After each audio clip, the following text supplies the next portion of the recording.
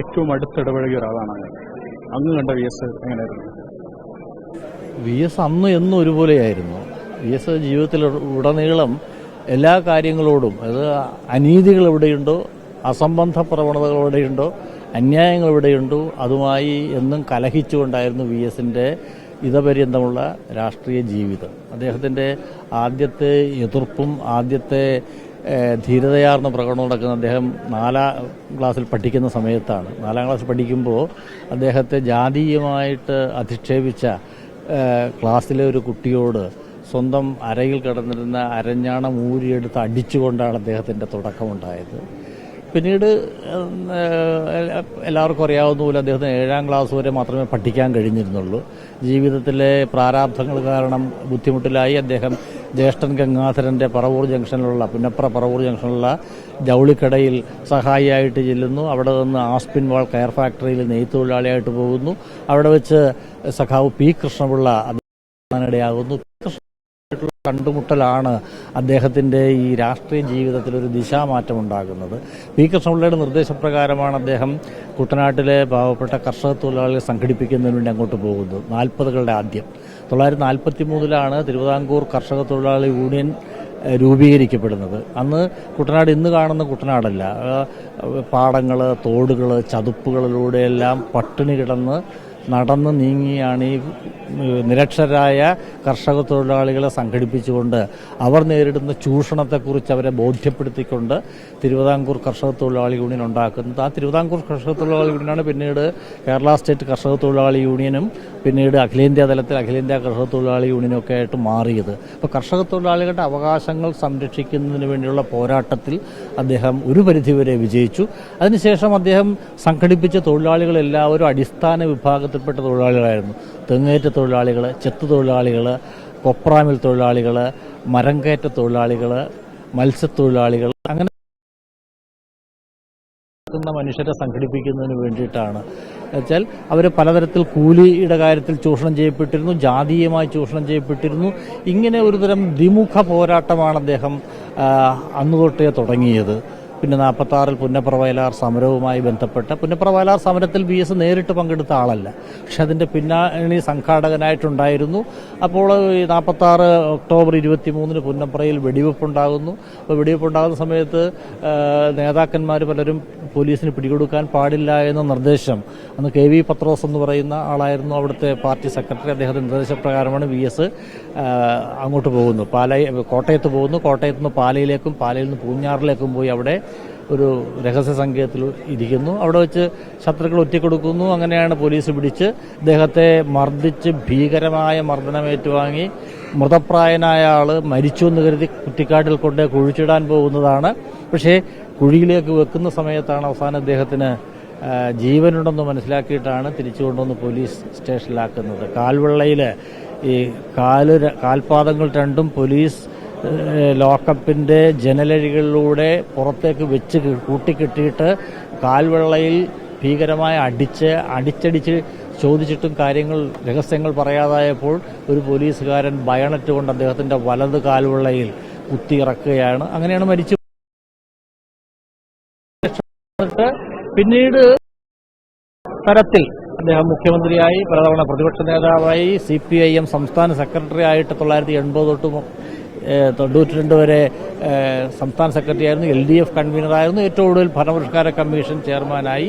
ഇങ്ങനെ വ്യത്യസ്തങ്ങളായ ഔദ്യോഗിക പദവികൾ വന്നപ്പോഴും തൻ്റെ രാഷ്ട്രീയ പ്രവർത്തനം എവിടെ നിന്നാണ് തുടങ്ങിയത്, ഏത് വിഭാഗത്തെയാണോ അദ്ദേഹം അഭിസംബോധന ചെയ്യാൻ ശ്രമിച്ചത്, അവരുടെ അവകാശങ്ങൾക്ക് വേണ്ടിയിട്ടുള്ള പോരാട്ടങ്ങളാണ് അദ്ദേഹം ആദ്യം നടത്തിയത്. ഒരു കാര്യം കൂടിയുള്ളത്, ഈ കേരളത്തിൻ്റെ രാഷ്ട്രീയ ചരിത്രത്തിൽ നമ്മുടെ പ്രകൃതി സംരക്ഷണം, പരിസ്ഥിതി സംരക്ഷണം തുടങ്ങിയ വിഷയങ്ങളെ പൊതു രാഷ്ട്രീയ ജീവിതത്തിൻ്റെ അജണ്ടയാക്കി മാറ്റിയ ഒരേ ഒരാൾ വി എസ് ആണ്. വേറെ ആരും അത്രയേറെ പ്രകൃതി സംരക്ഷണത്തെക്കുറിച്ചോ പരിസ്ഥിതി സംരക്ഷണത്തെക്കുറിച്ചോ ഏറെ ബോധവാന്മാരായിട്ടില്ല. അതിൻ്റെ അടിസ്ഥാനത്തിലാണ് അദ്ദേഹം 84-ാം വയസ്സിൽ മതികെട്ടാൻ ചോലവനം കയറിപ്പോയത്. അദ്ദേഹം പീരുമേട്ടിൽ പോയി, അദ്ദേഹം ജീരകപ്പാറയിൽ പോയി, പൂയംകുട്ടിയിൽ പോയി. അങ്ങനെ സകല മലനിരകളും കാടും മലയുമെല്ലാം ഈ 8 പതിറ്റാണ്ട് കഴിഞ്ഞ മനുഷ്യൻ കയറിപ്പോയത് അത് അദ്ദേഹത്തിൻ്റെ ഇച്ഛാശക്തി എന്ന് പറയുന്നത് ഈ ജനങ്ങളോടുള്ള പ്രതിബദ്ധത, ജനങ്ങളിൽ നിന്ന് ലഭിക്കുന്ന ഊർജം അതായിരുന്നു അദ്ദേഹത്തിൻ്റെ ദീർഘകാലം ജീവിതത്തിലുടനീളം അദ്ദേഹം ചെയ്തത്. മറ്റൊരു കാര്യമുള്ളത്, അദ്ദേഹം ആളുകളോട് വളരെ വളരെ ഭംഗിയായി കമ്മ്യൂണിക്കേറ്റ് ചെയ്യുമായിരുന്നു. പറയേണ്ട കാര്യങ്ങൾ കൃത്യമായി പറയുക. 7ാം ക്ലാസ് വരെ മാത്രമേ പഠിച്ചിട്ടുണ്ടായിരുന്നുള്ളെങ്കിൽ പോലും അദ്ദേഹത്തിൻ്റെ സംഭാഷണം എത്ര മനോഹരമായിട്ടാണ് മലയാള ഭാഷ ഉപയോഗിക്കുന്നത്. മലയാള ഭാഷാശാസ്ത്രമൊക്കെ പഠിക്കുന്നവരെക്കാൾ ഭംഗിയായി മലയാളത്തിലെ അക്ഷരങ്ങൾ, വാക്കുകളൊക്കെ ഉച്ചരിക്കാൻ കഴിയുന്ന ഒരാളായിരുന്നു അദ്ദേഹം ആദ്യഘട്ടത്തിലെല്ലാം 70കളിലും 80കളിലെല്ലാം അദ്ദേഹത്തിൻ്റെ പ്രസംഗ ശൈലി എന്ന് പറഞ്ഞാൽ 1.5 മണിക്കൂറാണ് മിനിമം. അരമണിക്കൂർ സാർവദേശീയ പ്രശ്നങ്ങൾ, അരമണിക്കൂർ ദേശീയ പ്രശ്നങ്ങൾ, അരമണിക്കൂർ സംസ്ഥാന രാഷ്ട്രീയം. പക്ഷേ പിന്നീട് കാലം മാറി, ആളുകൾ കാലവും ജീവിതവും ഒക്കെ വളരെ വേഗത്തിൽ പോയിക്കൊണ്ടിരിക്കുന്നു എന്ന് ബോധ്യം വന്നപ്പോൾ അദ്ദേഹം പ്രസംഗത്തിൻ്റെ രീതിയിൽ മൗലികമായ മാറ്റം വരുത്തിയിട്ട് പറയേണ്ട കാര്യങ്ങൾ മാത്രം 15-20 മിനിറ്റ് കൊണ്ട് പറയുന്ന രീതിയിലേക്ക്, അത് താൻ അഡ്രസ്സ് ചെയ്യുന്ന സംഭവമാണ്.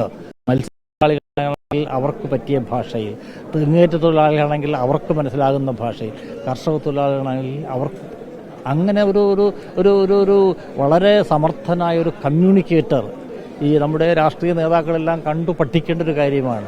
പത്രക്കാരോട് പറയുമ്പോൾ പറയേണ്ട കാര്യങ്ങളെ പറയൂ. അത് പത്രക്കാരുടെ ഭാഷയിലൊക്കെ പറഞ്ഞു കഴിഞ്ഞാൽ ഈ ടൈറ്റ് സബ്ബിങ് നടത്തി പറയുന്നത്, പിന്നെ അതിലൊന്നും മുറിച്ചു മാറ്റാൻ കാണില്ല. അങ്ങനെ പറയുന്ന ഒരു ശീലം അദ്ദേഹത്തിനുണ്ടായിരുന്നു. പിന്നെ സ്ത്രീകളുടെ വിഷയങ്ങൾ, കുട്ടികൾ നേരിടുന്ന പ്രശ്നങ്ങൾ, അതിലെല്ലാം വളരെ അനുതാപത്തോടുകൂടിയുള്ള ഇടപെടലുണ്ടായിരുന്നു. അതുകൊണ്ടാണ് എന്തെങ്കിലും ഇത്തരം ഒരു സാമൂഹ്യ പ്രശ്നമുണ്ടായാൽ VS ഇവിടെ വന്നാൽ തങ്ങൾ രക്ഷപ്പെടുമെന്ന് ചിന്തിച്ചൊരു മനുഷ്യരുണ്ടായിരുന്നു. അങ്ങനെയാണ് അദ്ദേഹം 2015 മൂന്നാറിൽ പെമ്പിളയൊരുമ വേദിയിൽ പോയത്. പെമ്പിളയൊരുമ സമരം നമുക്കറിയാം, രാഷ്ട്രീയത്തിനതീതമായിട്ട് അവർ സംഘടിപ്പിച്ച, സ്ത്രീ തൊഴിലാളികൾ സംഘടിപ്പിച്ചൊരു സമരമായിരുന്നു. രാഷ്ട്രീയക്കാരെ ആരെയും അവരങ്ങോട്ട് കടത്തിവിടാനും തയ്യാറായിരുന്നില്ല. പക്ഷേ അവർ VS ചെന്നപ്പോൾ VS അവർ വലിയ തോതിൽ സ്വീകരിക്കുകയും VS അവിടെ ചെന്ന ദിവസം തന്നെ അന്ന് ശ്രീ ഉമ്മൻചാണ്ടിയായിരുന്നു മുഖ്യമന്ത്രി. ആ തീരുമാനമുണ്ടാവുകയും സമരം അവസാനിപ്പിക്കുകയും, സമരം അവസാനിപ്പിച്ചുകൊണ്ടുള്ള തീരുമാനം തൊഴിലാളികളെ അറിയിക്കുന്നതിന് വേണ്ടിയിട്ട് അന്നത്തെ പട്ടികജാതി പട്ടികവർഗ വികസന മന്ത്രി ശ്രീമതി PK ജയലക്ഷ്മി അവിടെ വരികയും ചെയ്തു. കൗതുകരമായ കാര്യം, PK ജയലക്ഷ്മി, മന്ത്രിയായ PK ജയലക്ഷ്മി ഈ സമരം തീർത്തുകൊണ്ടുള്ള പ്രഖ്യാപനം നടത്താൻ അവിടെ വന്നപ്പോഴും ഈ പെമ്പിളയൊരുമ സമരക്കാർ മൊത്തം VSന്റെ ചുറ്റും കൂടിയിരിക്കുകയായിരുന്നു എന്നുള്ളതാണ്. ഓഖി ദുരന്തമുണ്ടായ സമയത്ത് മത്സ്യത്തൊഴിലാളികൾ, സഭാ പിതാവടക്കമുള്ള ആളുകളൊക്കെ വലിയ രോഷത്തോടുകൂടി സമീപിച്ചിരിക്കുകയായിരുന്നു. രാഷ്ട്രീയക്കാരി എന്ന് കഴിഞ്ഞാൽ ആകെ പ്രശ്നമാകുമെന്ന് പറഞ്ഞുകൊണ്ട് VSന് വരെ തടയാനുള്ള ശ്രമം ഉണ്ടായിരുന്നു. അന്ന് ഈ സഭാപിതാക്കന്മാരുമായിട്ട് സംസാരിക്കാൻ എനിക്ക് അവസരമുണ്ടായി. ഞാൻ അവരോട് പറഞ്ഞു VS എന്തായാലും അവിടെ പോകും, തീർച്ചയായും പോകുമെന്ന് പറഞ്ഞു. VS പോയി, ഒന്നും ഉണ്ടായില്ല, അവരെ ചെന്ന് ആശ്വസിപ്പിച്ചു. അങ്ങനെ സമരമുഖങ്ങളിലെല്ലാം വളരെ കൃത്യമായി പാഞ്ഞെത്തുന്നൊരു സ്വഭാവം, അത് ഈ സ്വന്തം മനസ്സിൽ, സ്വന്തം ചിന്തയിലെല്ലാം അദ്ദേഹം കാലങ്ങളായി പ്രോത്സാഹിപ്പിച്ചു പോകുന്ന ആ ഒരു ആശയം, ആ ഒരു ചിന്ത, ആ ഒരു പ്രതിജ്ഞാബദ്ധത, അത് അദ്ദേഹത്തിന് ജീവിതത്തിൽ ഉടനീളം പുലർത്താൻ കഴിഞ്ഞു. ഈ മരണക്കിടക്കയിലും അതാണ് നമ്മൾ കാണുന്നത്. ജൂൺ 23-നാണ് കടുത്ത ശ്വാസം മുട്ടും ഹൃദയാഘാതവും ഉണ്ടായിട്ട് അദ്ദേഹത്തെ ഇവിടെ പ്രവേശിപ്പിച്ചത്. അന്ന് തന്നെ ഈ CPR കൊടുത്തിട്ട് പെട്ടെന്നൊന്നും ഹൃദയമിടിപ്പ് ഉണ്ടായില്ല. വളരെയേറെ സമയം കൊടുക്കേണ്ടി വന്നു. അദ്ദേഹത്തിൻ്റെ മൂക്കിലൂടെ ചോര വരെ വന്നു എന്ന് ഡോക്ടർമാർ പിന്നീട് പറയുകയുണ്ടായി. അതിനെ അതിജീവിച്ചു. പിന്നീട് ഇപ്പോൾ മരിക്കും എന്ന് പറഞ്ഞിട്ട് മാധ്യമപ്രവർത്തകരടക്കം ആദ്യത്തെ 1-2 ആഴ്ച ഇവിടെ ധാരാളമായിട്ട് ഇവിടെ ക്യാമ്പ് ചെയ്യുന്നുണ്ടായിരുന്നു. പക്ഷെ അതിനെല്ലാം പുള്ളി അതിജീവിച്ച് ഒരു ഘട്ടത്തിൽ ഒരു 3-4 ദിവസം മുമ്പ് നമ്മൾ മനസ്സിലാക്കിയത് ഈ വെന്റിലേറ്റർ അല്പം ഒന്ന് മാറ്റിയപ്പോൾ സ്വാഭാവികമായും ശ്വാസം എടുക്കാൻ അദ്ദേഹത്തിന് കഴിഞ്ഞു എന്നുള്ളതാണ്. അങ്ങനെ അന്ത്യശ്വാസം വലിക്കുന്നതുവരെ മരണവുമായിട്ട് പോലും പോരാട്ടം നടത്തിയ ഒരു മഹാമനുഷ്യനാണ്. തീർച്ചയായിട്ടും കേരള രാഷ്ട്രീയത്തിലെ ഒരു മഹായുഗത്തിനാണ് VSന്റെ വേർപാടിലൂടെ അന്ത്യമുണ്ടായിരിക്കുന്നത്. അതെ, ഒരു അക്ഷരാർത്ഥത്തിൽ സമര നൂറ്റാണ്ട് തന്നെയായിരുന്നു.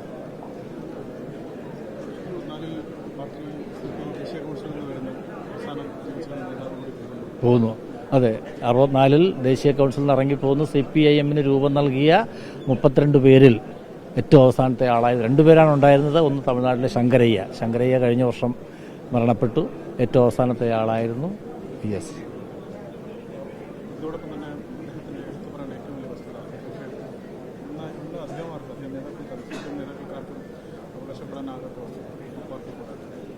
അതെ, അദ്ദേഹത്തിൻ്റെ ഒരു രീതി എന്ന് പറഞ്ഞാൽ തൻ്റെ ബോധ്യങ്ങൾക്ക് ശരിയെന്ന് തോന്നുന്ന കാര്യത്തിന് വേണ്ടിയിട്ട് വരുംവരായികളെക്കുറിച്ച് ആലോചിക്കാതെ എടുത്തു ചാടുക. ഒരു തീരുമാനം എടുത്തു കഴിഞ്ഞാൽ പെട്ടെന്ന് അദ്ദേഹത്തെ പിന്തിരിപ്പിക്കാൻ കഴിയുമായിരുന്നില്ല. അത് ഏത് സന്ദർഭത്തിൽ, സംഘടനാപരമായ കാര്യത്തിലാവട്ടെ, രാഷ്ട്രീയമായ കാര്യങ്ങളിലാകട്ടെ, ആശയപരമായ കാര്യങ്ങളിലാകട്ടെ, സാമൂഹ്യ വിഷയങ്ങളിലാകട്ടെ, തനിക്ക് ബോധ്യമെന്ന് താൻ ചിന്തിച്ചുറപ്പിച്ച കാര്യങ്ങൾ തീരുമാനിച്ചു കഴിഞ്ഞാൽ അതിൽ നിന്ന് പിന്നോക്കം പോകാനായിട്ട് അദ്ദേഹം ഒരിക്കലും തയ്യാറായിരുന്നില്ല. ഏറ്റവും കൂടുതൽ ഓർമ്മ വരുന്നത് ആലപ്പുഴ സമ്മേളനത്തിൽ നിന്ന് പോകുന്നു. രാഷ്ട്രീയ കേരളത്തിലാകെ കോളിളക്കം. എത്ര ശാന്തമായി VS വേലിക്കകത്ത് വീട്ടിലിരുന്നു. അല്ല, VS നമ്മൾ ഈ ഇതിനകത്തൊക്കെ പറയുന്ന ഭഗവത്ഗീതയിലൊക്കെ പറയുന്ന കണക്ക് സ്ഥിതപ്രജ്ഞനായിരിക്കുക എന്ന് പറയില്ല. അതായത് പരാജയമുണ്ടാകുമ്പോൾ ആവശ്യമില്ലാതെ വേദനിക്കാതിരിക്കുക, വിജയമുണ്ടാകുമ്പോൾ ആവശ്യത്തിലേറെ ആഹ്ലാദിക്കാതിരിക്കുക. അത് VSന്റെ ഒരു കാര്യമാണ്. അതാണ് ഈ 2015 ഫെബ്രുവരിയിൽ നടന്ന CPIഎമ്മിൻ്റെ സംസ്ഥാന സമ്മേളനത്തിൽ നിന്ന് ഇറങ്ങിപ്പോകുന്നപ്പോഴുള്ള ഒരു സന്ദർഭം അതാണ്. അതിനു മുമ്പായിരുന്നു 1996 VS മാരാരിക്കുളത്ത് പരാജയപ്പെട്ടു. പാർട്ടിയുടെ ഒരു വലിയ കോട്ട എന്നറിയപ്പെടുന്ന മാരാരിക്കുളത്ത് VS തോൽക്കുമെന്ന് VSO കേരളമോ വിചാരിച്ചിരുന്നില്ല. ഒരു അസാധാരണമായ അത്ഭുതമായിരുന്നു VSന് തോൽവി. അന്ന് ഇന്നത്തെ കണക്ക് ഇലക്ട്രോണിക് വോട്ടിംഗ് മെഷീനല്ല, ബാലറ്റ് പേപ്പറാണ്. അന്ന് ഞാനവിടെ പത്രപ്രവർത്തകനായിട്ടുള്ള സമയമാണ്. അന്ന് ഏതാണ്ട് ഒരു വെളുപ്പിന് 4-4:30 ആകുമ്പോഴാണ് തെരഞ്ഞെടുപ്പ് ഫലം വരുന്നത്. പക്ഷേ ഒരു 12 മണി കഴിഞ്ഞപ്പോൾ തന്നെ ഏതാണ്ട് VS തോക്കാൻ പോവുകയാണെന്ന് ആളുകൾക്ക് എല്ലാവർക്കും മനസ്സിലായി. VSനും മനസ്സിലായി. പക്ഷേ അദ്ദേഹം ആ കൗണ്ടിംഗ് ഹാൾ വിട്ട് ഇറങ്ങിയില്ല. തോറ്റു ഔദ്യോഗികമായ പ്രഖ്യാപനം വരുന്നവരെ അവിടെ ഇരുന്നു. അതിനുശേഷമാണ് ആലപ്പുഴ ലിയോ 13 ഹൈസ്കൂളിലായിരുന്നു വോട്ടെണ്ണൽ കേന്ദ്രം. അവിടെ വന്നൊരു 5-6 കിലോമീറ്റർ അകലെയാണ് പുന്നപ്ര വേലിക്കകത്ത് വീട്. അദ്ദേഹം അതിരാവിലെ അവിടെ പോകുന്നു. അപ്പോൾ ആ സമയത്ത് ഇന്നത്തെ പോലെ ഈ വാർത്താ മാധ്യമങ്ങൾ, വിഷ്വൽ മീഡിയ ധാരാളമൊന്നും വന്നിട്ടില്ല. വളരെ ചുരുക്കം ആളുകളേ ഉള്ളൂ. മറ്റ് പ്രിന്റ് മീഡിയയിൽപ്പെട്ട ആളുകളായിരുന്നു. എല്ലാവരും VSന്റെ വീട്ടിലേക്ക് ചെല്ലുന്നു. അരമണിക്കൂറോടെ വെയിറ്റ് ചെയ്യുന്നു. VS പോയി കുളിച്ച് ഭംഗിയായി വസ്ത്രം ധരിച്ച് താഴേക്ക് വരുന്നു. തോൽവിയെക്കുറിച്ച് ചോദിക്കുന്നു. അപ്പോൾ VSന്റെ വാക്കുകൾ ഇതായിരുന്നു: തെരഞ്ഞെടുപ്പിൽ തോറ്റു. തോൽവിയുടെ കാരണമെന്തെന്ന് എൻ്റെ പാർട്ടി പരിശോധിക്കും. അതിനപ്പുറം ഒന്നും അദ്ദേഹം മാധ്യമപ്രവർത്തകരോട് പറഞ്ഞില്ല. അതുമായി ബന്ധപ്പെട്ട കാര്യങ്ങളൊക്കെ കേരളത്തിൻ്റെ ഭാഗമാണ്. അതുതന്നെയാണ് ഈ 2015 കാര്യവും. അദ്ദേഹം ആവശ്യമില്ലാതെ ഒന്നും പറഞ്ഞില്ല. എന്നാൽ അദ്ദേഹം ശരിയെന്ന് വിചാരിക്കുന്ന കാര്യങ്ങൾക്ക് വേണ്ടിയിട്ട് അദ്ദേഹം പോവുകയും ചെയ്യും. സാധാരണഗതിയിൽ പാർട്ടി സമ്മേളനങ്ങളിൽ നിന്നൊക്കെ ഇറങ്ങിപ്പോരുക എന്ന് പറഞ്ഞു കഴിഞ്ഞാൽ ഏറ്റവും കടുത്ത അച്ചടക്ക ലംഘനമാണ്. അപ്പോൾ പലരും അന്ന് മാധ്യമങ്ങൾ വരെ പറഞ്ഞു VS പാർട്ടിക്ക് പുറത്തേക്ക് എന്ന രൂപത്തിലൊക്കെ ചർച്ചയുണ്ടായി. പക്ഷേ VS ഈ ഉൾപാർട്ടി സമരം എന്ന് പറയുന്നത് CPIഎം പോലുള്ള കമ്മ്യൂണിസ്റ്റ് പാർട്ടി സംഘടനാപരമായി അംഗീകരിച്ചിട്ടുള്ളൊരു കാര്യമാണ്. അതിൽ നിന്ന് തന്നെയായിരുന്നു അദ്ദേഹത്തിൻ്റെ പോരാട്ടം. ജീവിതചര്യ അതും അദ്ദേഹത്തിൻ്റെ ഈ 102-ാം വയസ്സിൽ ഇപ്പോൾ നേരത്തെ പറഞ്ഞതുപോലെ 29 ദിവസം വെന്റിലേറ്ററിൽ കിടന്ന് പോരാട്ടം നടത്തിയതിൻ്റെ ഒരു അടിസ്ഥാനം അതാണ്. ജീവിതത്തിലുടനീളം അദ്ദേഹം വളരെ കർക്കശമായ ജീവിത ചിട്ടകൾ അദ്ദേഹം തന്നെ പറഞ്ഞതായിട്ട് എന്നോടൊക്കെ തന്നെ പറഞ്ഞിട്ടുള്ളത്, അദ്ദേഹം ഒരു 40 വയസ്സിന് ശേഷം ചായയോ കാപ്പിയോ പാലോ ഉപയോഗിച്ചിരുന്നില്ല. പിന്നെ ആദ്യഘട്ടങ്ങളിലെല്ലാം ധാരാളമായിട്ട് ബീഡി വലിക്കുമായിരുന്നു. അത് ആ കാലഘട്ടത്തിലെ കമ്മ്യൂണിസ്റ്റ് പാർട്ടി നേതാക്കന്മാരുടെ എല്ലാം ഒരു പ്രത്യേകതയാണ്. പക്ഷേ അതും അദ്ദേഹം ഉപേക്ഷിച്ചു. 70-കളിലെ 80-കളിലേക്ക് അദ്ദേഹത്തിൻ്റെ പടം കണ്ടാൽ തന്നെ അറിയാം, ഭയങ്കര തടിയായിരുന്നു, കഴുത്തൊക്കെ നല്ല തടിയുള്ള ആളായിരുന്നു. പക്ഷേ പിന്നീട് അദ്ദേഹം വളരെ കുറ്റമറ്റ രീതിയിൽ ആരോഗ്യം പരിപാലിക്കുന്നതിന് വേണ്ടിയിട്ട് അദ്ദേഹം ശ്രമിച്ചു. അതുകൊണ്ടാണ് അദ്ദേഹം മുഖ്യമന്ത്രിയായിരുന്ന 2007-ലാണ് സന്നിധാനം വരെ കയറിപ്പോയത്. അത് കഴിഞ്ഞ ദിവസം ഒരു ചാനൽ 2007 എന്ന് പറയുമ്പോൾ 84 വയസ്സായി. 84-ാം വയസ്സിൽ 3.5 മണിക്കൂർ ഈ കോവണിപ്പടി കയറി അദ്ദേഹം ശബരിമലയിൽ പോയി. മതികെട്ടാൻ മലയിൽ പോയപ്പോൾ അദ്ദേഹത്തിൻ്റെ ഒപ്പമല്ല, അന്ന് ഞങ്ങൾ പത്രക്കാരെല്ലാവരും രാവിലെ തന്നെ മതികെട്ടാൻ മലയിൽ പോയതാണ്. അവിടെ ശാന്തമ്പാറ, ഇടുക്കി ജില്ലയിലെ ശാന്തമ്പാറയ്ക്കടുത്ത് പൂപ്പാറ എന്ന് പറയുന്ന സ്ഥലത്തു നിന്നാണ് പിന്നെ മതികെട്ടാനിലേക്കുള്ള കയറ്റം. ഈ പൂപ്പാറയിൽ നിന്ന് മതികെട്ടാൻ മലയിലേക്ക് 11 കിലോമീറ്ററേ ഉള്ളൂ. കീഴ്ക്കാൻ തൂക്കായ പാതയാണ്. ഉരുളൻ കല്ലുകൾ, കരിങ്കല്ലുകളാണ്. അതിലൂടെ പോകുന്നത് പ്രത്യേക പരിശീലനം സിദ്ധിച്ച ഡ്രൈവർമാർ മാത്രമാണ് ഈ ജീപ്പിൽ കൊണ്ടുപോകൂ. ഈ 11 കിലോമീറ്റർ സഞ്ചരിക്കാനായിട്ട് 1.5 മണിക്കൂറോളം എടുക്കും. അപ്പോൾ നമുക്ക് ഊഹിക്കാം എന്തോ ക്ലേശകരമാണെന്ന്. അപ്പോൾ ഉച്ചയ്ക്ക് മുമ്പ് തന്നെ പത്രക്കാരെല്ലാവരും അവിടെ ചെന്നു. VS 3 മണിക്ക് വരുമെന്നാണ് അറിയിച്ചത്. എല്ലാവരും പറഞ്ഞു ഇത്രയും ദുർഘടം പിടിച്ച പാതയിലൂടെ VS വരാൻ സാധ്യതയില്ല. പക്ഷേ 3 മണിയായപ്പോൾ അദ്ദേഹം ഒരു ജീപ്പിൽ വളരെ ആഹ്ലാദയുക്തനായെന്ന മട്ടിൽ വന്ന് അവിടെ ഇറങ്ങുകയും അവിടെ കാണുകയൊക്കെ ചെയ്തു. അതുപോലെ പൂയംകുട്ടിയിൽ, മൂന്നാറിൽ, പീരുമേട്ടിൽ, കോഴിക്കോട് ജീരകപ്പാറയിൽ, അങ്ങനെ ഈ എല്ലാ സ്ഥലങ്ങളിലും കാടും മലയും കയറുന്നത് അദ്ദേഹത്തിന് വലിയൊരു കൗതുകം തന്നെയായിരുന്നു. അത് എല്ലാവർക്കും അത്ഭുതമാണ്. എവിടെ പോകുമ്പോഴും അദ്ദേഹത്തിന് ആ ഒരു ശാരീരികമായ സ്ഥിരത ഉണ്ടാക്കാനായിട്ട് അദ്ദേഹം കഴിഞ്ഞിരുന്നു. അത് കൃത്യമായിട്ട് ഭക്ഷണം, വളരെ ലഘുവായ ഭക്ഷണം. അദ്ദേഹം രാത്രി ഭക്ഷണം 2-3 ഫ്രൂട്ട്സ് മാത്രമാണ് കഴിക്കുന്നത്, പഴങ്ങൾ മാത്രമേ കഴിക്കുമായിരുന്നുള്ളൂ. പിന്നീട് അദ്ദേഹം നടത്താം. മഴക്കാലത്തെല്ലാം അദ്ദേഹം ഈ ക്ലിഫ് ഹൗസിലും കൻ്റോൺമെൻറ്റ് ഹൗസിലും ഒക്കെ താമസിക്കുമ്പോൾ ജൂൺ ജൂലൈ മാസത്തിൽ കോരിച്ചൊരിയുന്ന മഴയാണെങ്കിലും നടപ്പും മുടക്കുകയില്ല. അന്ന് അദ്ദേഹം ചെയ്തിരുന്നത് നിയമസഭയ്ക്കകത്ത് പോകും. നിയമസഭയുടെ വരാന്തയ്ക്ക് ചുറ്റുമായിരുന്നു നടക്കുന്നത്. നടപ്പ് മുടക്കുകയില്ല. യോഗ, അദ്ദേഹത്തെക്കുറിച്ച് ഡൽഹിയിലൊരു മാധ്യമപ്രവർത്തകൻ, VSുമായി അടുപ്പമുണ്ടായിരുന്നൊരു മാധ്യമപ്രവർത്തകൻ പറഞ്ഞ് മനസ്സിലായിട്ടുള്ളത് 83-ാം വയസ്സിൽ 82 വയസ്സ് കഴിഞ്ഞപ്പോഴാണല്ലോ മുഖ്യമന്ത്രിയാകുന്ന VSനെ കാണാൻ അദ്ദേഹം വന്നപ്പോൾ VS ശീർഷാസനം ചെയ്തുകൊണ്ടിരിക്കുകയാണെന്നാണ്. നമുക്ക് സങ്കല്പിക്കാൻ പറ്റില്ല 82-ാം വയസ്സിലൊരു മനുഷ്യൻ ശീർഷാസനം നടത്തുന്നത്, യോഗ നടത്തുന്നത്. അങ്ങനെ അത് ജീവിതത്തിലുടനീളം 2016 തെരഞ്ഞെടുപ്പ് കാലത്ത്, നിയമസഭാ തെരഞ്ഞെടുപ്പ് കാലത്ത് ഞാൻ അദ്ദേഹത്തിൻ്റെ കൂടെ എല്ലാ ജില്ലകളിലും സഞ്ചരിക്കുമായിരുന്നു. ഞങ്ങളന്ന് മലപ്പുറം ജില്ലയിൽ ഒരു ദിവസം രാത്രി പെരിന്തൽമണ്ണയിൽ താമസിക്കുന്നു. പെരിന്തൽമണ്ണയിൽ അപ്പോൾ അദ്ദേഹത്തിൻ്റെ രീതി 5 പൊതുസമ്മേളനങ്ങളാണ്. ഉച്ചയ്ക്ക് മുമ്പ് 2 എണ്ണം, ഉച്ചയ്ക്ക് ശേഷം 3 എണ്ണം. അപ്പോൾ നമ്മളൊക്കെ അദ്ദേഹത്തിൻ്റെ കൂടെ വെറുതെ ഇങ്ങനെ പോകുന്നു എന്ന് മാത്രമേ ഉള്ളൂ, കൂട്ടത്തിലിരുന്ന് പോകുന്നു, അത്യാവശ്യം രാഷ്ട്രീയ കാര്യങ്ങളൊക്കെ സംസാരിക്കുന്നു മാത്രമേ ഉള്ളൂ. പക്ഷേ ഇദ്ദേഹത്തിൻ്റെ നമുക്കറിയാം, പ്രസംഗം എന്ന് പറഞ്ഞു കഴിഞ്ഞാൽ വാഗൊണ്ട് മാത്രമല്ല, ശരീരത്തിൻ്റെ സകലമാന നാഡീഞരമ്പുകൾ ഉപയോഗിച്ചാണ് VS പ്രസംഗിക്കാറുള്ളത്. 5 പ്രസംഗം കഴിഞ്ഞ് വരുമ്പോൾ ആകെ അവശനാകും. നമ്മൾ വെറുതെ കൂട്ടത്തിലിരിക്കുന്നവർക്ക് പോലും ക്ഷീണമാകും. 8:30 മണിയാകുമ്പോൾ നമ്മൾ പെരിന്തൽമണ്ണയിലൊരു ലോഡ്ജിൽ വരുന്നു. അവിടെ വെച്ച് നമുക്ക് എങ്ങനെയെങ്കിലും ഒന്ന് കുളിച്ച് ഭക്ഷണം കഴിച്ച് കിടന്നാൽ മതി എന്നുള്ള അവസ്ഥയിലാണ് VS. 1-ാം നിലയിലായിരുന്നു VSൻ്റെ മുറി. അവിടെ നടന്നു കയറി, ലിഫ്റ്റിൽ പോയില്ല, നടന്നു കയറിയിട്ട് ജുബ്ബയെല്ലാം അഴിച്ചിട്ട് ട്രാക്ക് സൂട്ടിട്ട് വീണ്ടും താഴെ വന്നിട്ട് അരമണിക്കൂർ ഹോട്ടലിൻ്റെ മുമ്പിൽ നടന്നു. അതിനുശേഷം വീണ്ടും കയറിപ്പോയി ഇത് അഴിച്ച് കുളിയെല്ലാം കഴിഞ്ഞിട്ടാണ് ഭക്ഷണം കഴിക്കുന്നത്. അങ്ങനെ ഏതു സമയത്തും അദ്ദേഹം വേങ്ങര ഉപതെരഞ്ഞെടുപ്പ് നടക്കുമ്പോൾ, ശ്രീ കുഞ്ഞാലിക്കുട്ടി MP ആയി പോകുന്ന സമയത്ത് വേങ്ങര നിയമസഭാ ഉപതെരഞ്ഞെടുപ്പ് വന്നു. അന്ന് ഞാൻ അദ്ദേഹത്തിൻ്റെ കൂടെ പോയതാണ്. അന്ന് അവിടെ പോകുമ്പോൾ വൈകിട്ടാണ് പൊതുസമ്മേളനം.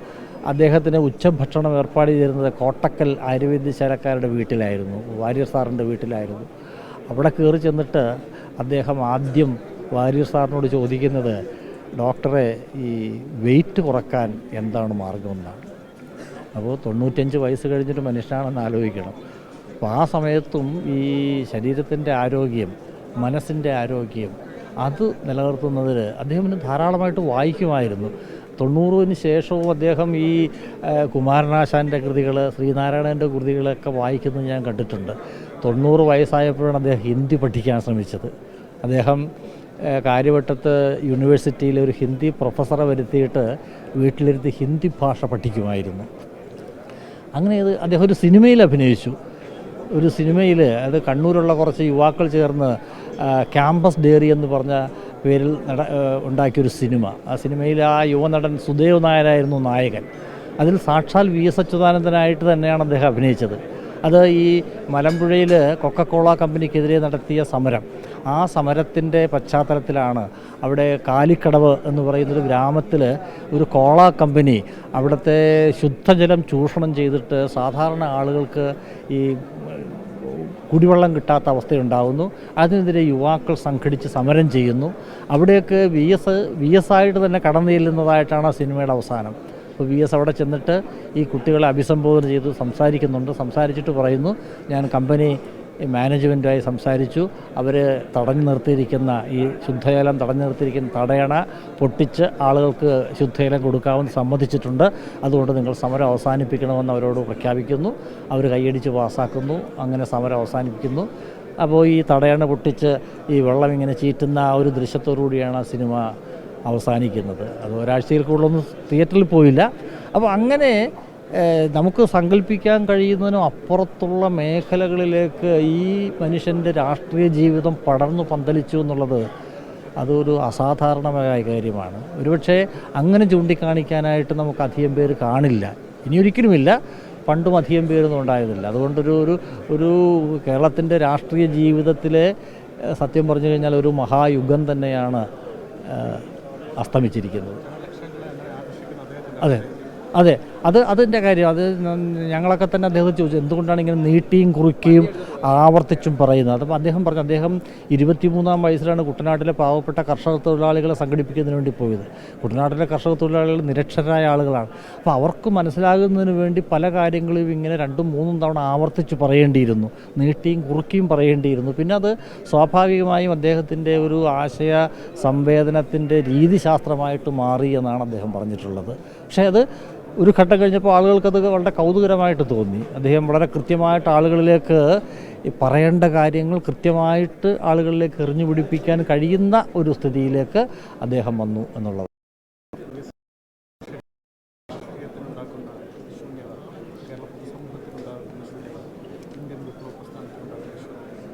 അതൊക്കെ അക്ഷരാർത്ഥത്തിൽ ശൂന്യത തന്നെയാണ്. കാരണം നമുക്ക് ഈ ചില വ്യക്തികളെല്ലാം വളരെ അപൂർവമായിട്ട് മാത്രം ജന്മമെടുക്കുന്നവരാണ്.